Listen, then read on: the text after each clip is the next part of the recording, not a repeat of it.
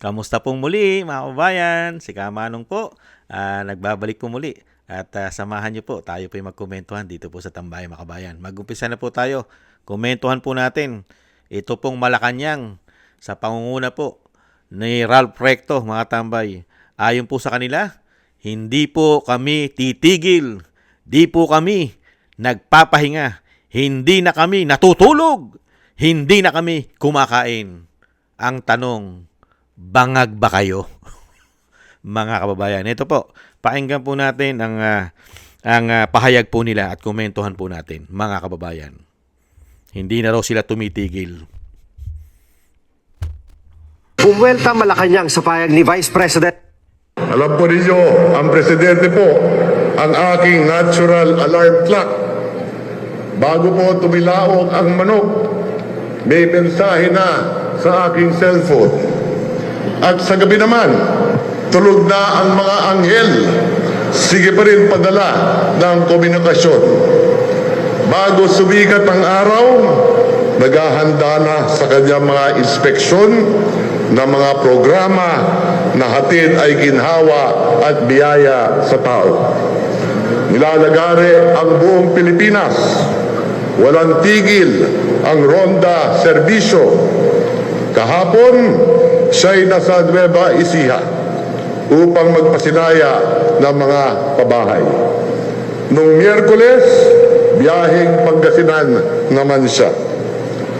Lunes, parang konduktor ng bus, akyat panaog sa mga pampubliko sasakyan, nakasapi sa Transport Service Contracting Program.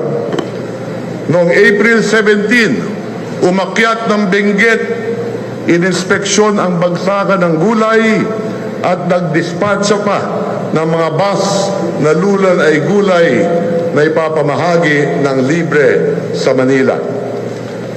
Noong isang araw, kargador naman ng bigas ang PEG. Ginawang barbell ang isang sako doon sa rice distribution sa Maynila.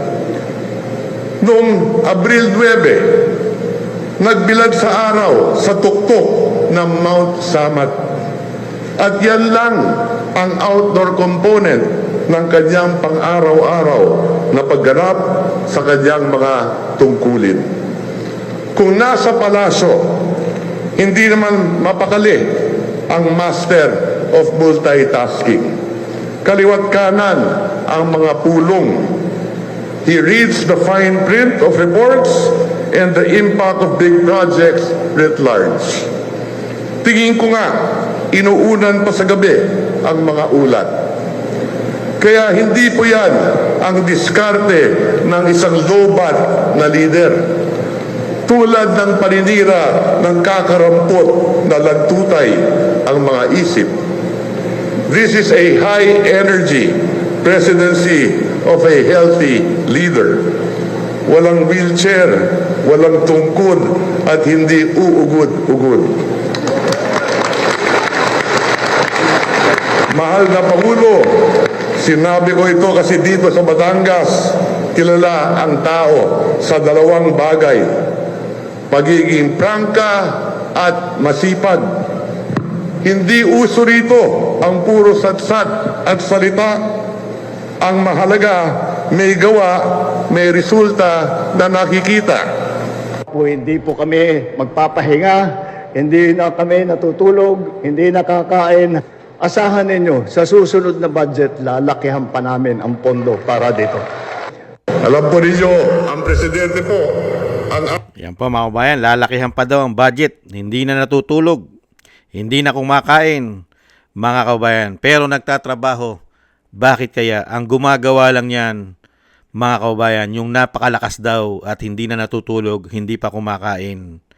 Ang gumagawa lang po niyan ay ang mga taong kargado ng pulburon. Hindi kaya?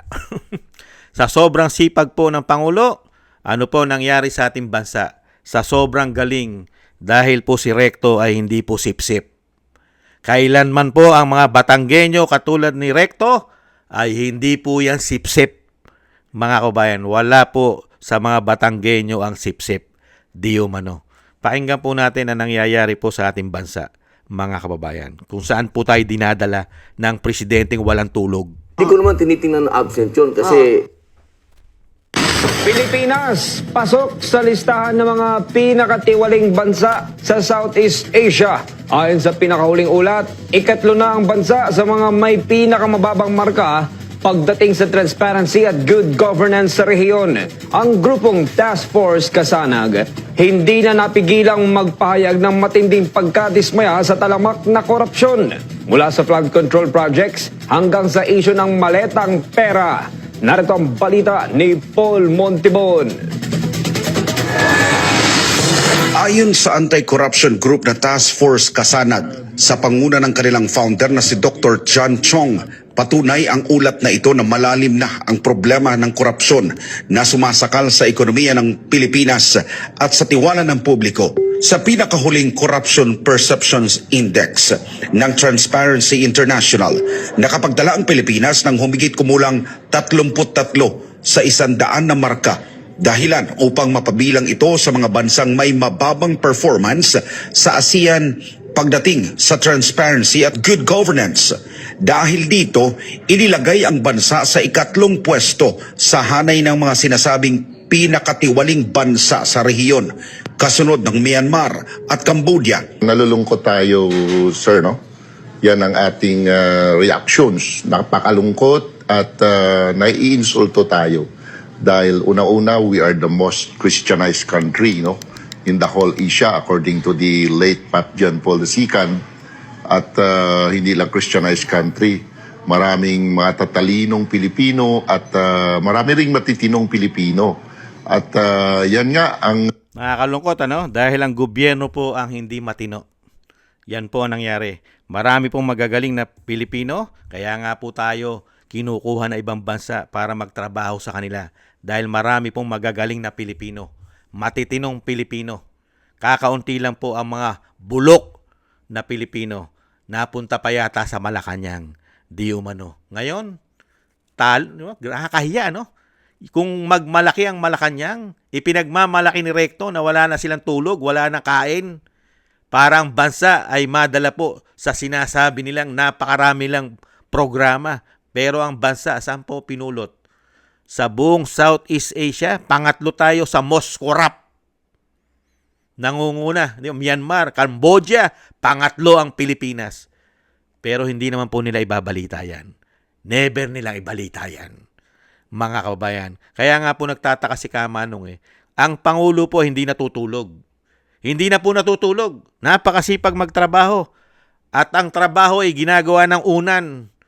Pero ang ating mga kababayan kinalimutan ang bumubuhay sa ating ekonomiya, ang mga bayani nating mga Pilipino, namatay, umuwi ng bansa, hindi man lang po nakita ng Pangulo dahil siya hindi natutulog. Hindi niya na po tiningnan ang 20 mga Pilipino na umuwi na bangkay sa ating bansa. Wala na po tayong balita dahil nga po ang Pangulo ay napakasipag, hindi na kumakain, hindi na natutulog sa sobrang trabaho.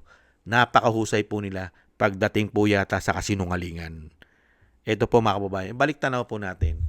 Napakahusay po nila maglingkod. Samantala mga kabrigada, ilang labi po ng mga OFWs mula sa Kuwait dumating na sa bansa. Brigada Katrina Honson, ibrigada mo!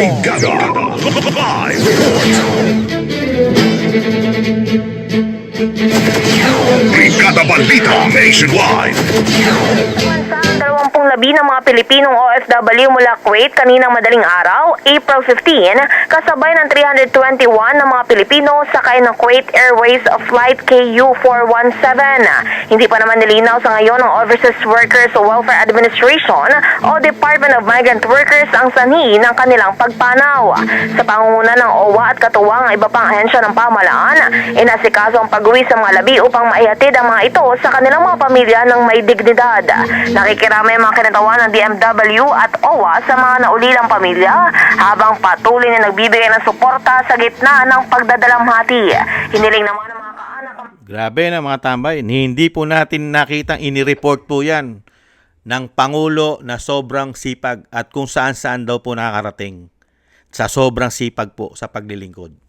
Pero yung mga bayani, bumubuhay sa ekonomiya ng bansa, mukha yatang binaliwala at hindi po ito binalita ng malalaking mainstream media. Bakit kaya? Dahil kasiraan po nila. Kaya nga po napakahusay eh. Saan ka maghahanap ng husay, mga kababayan? Mahusay lang magsalita. Mahusay lang yatang manluko, mangbudol di umano sa mga Pilipino. Dahil ginagawa tayong mahirap, ginagawa tayong mga timawa. Imbis po ang ibigay sa atin ay trabaho, pang matagalang solusyon, trabaho. Ang ibinibigay po sa atin ay ayuda. Ayuda. Puro po band-aid solution. Karamihan pa'y kumikita ang mga politiko pagka-ayuda. Nakita nyo po?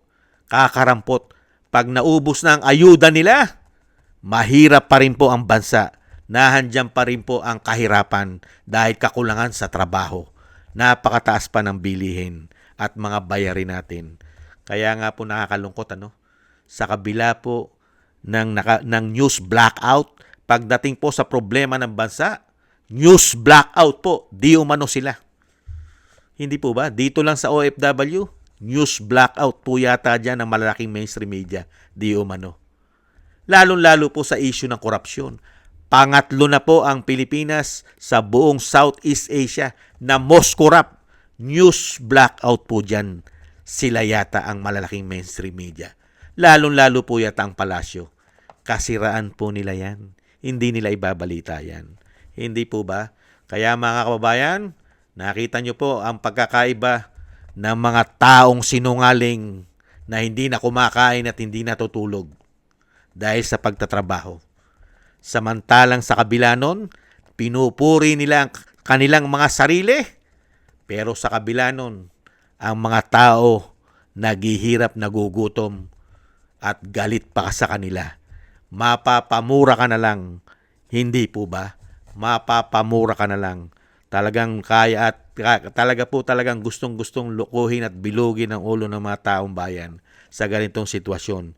Pinagaganda nilang pilit ang kanila pong napakahusay na Pangulo na hindi na po natutulog at hindi na po kumakain. Unbelievable at hindi daw po naka-wheelchair at hindi nakatungkod. Mga kababayan, unbelievable. Mabuhay ka, Recto. Kaya nga po sinasabi natin, si Recto po ay hindi po yan balimbing. Lalong-lalong hindi po yan sip-sip. Kasama po yung asawa na gobernador na marami raw pong barangay ang hindi kinumbida diyan po sa pamimigay ng ayuda. 80 plus barangay ang hindi raw po kinumbida riyan. Unbelievable. Maraming salamat po mga tambay sa gusto po ng ating tambay makabayan sa YouTube at TikTok.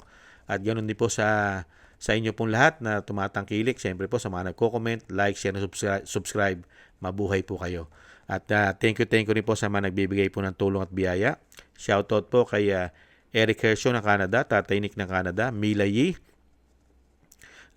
Annie Jo, Jem Aris ng United Arab Emirates, Kingston ng Hong Kong, Jake Yahut ng California, USA, Gina Ray ng Berlin, Germany, Julieta Silona ng Sydney, Australia, Baby Roman, Ate Isa ng Cagayan, si Phil Am, Gayat Shena, Balance Vision TV at Jesus Valdepena. Maraming salamat po sa inyo mga kabayan at ingat-ingat po kayo lalo-lalo po sa inyong mga paggawa at God bless po sa inyong lahat. Taste lang po tayo mga kabayan. Muli po. Bye-bye.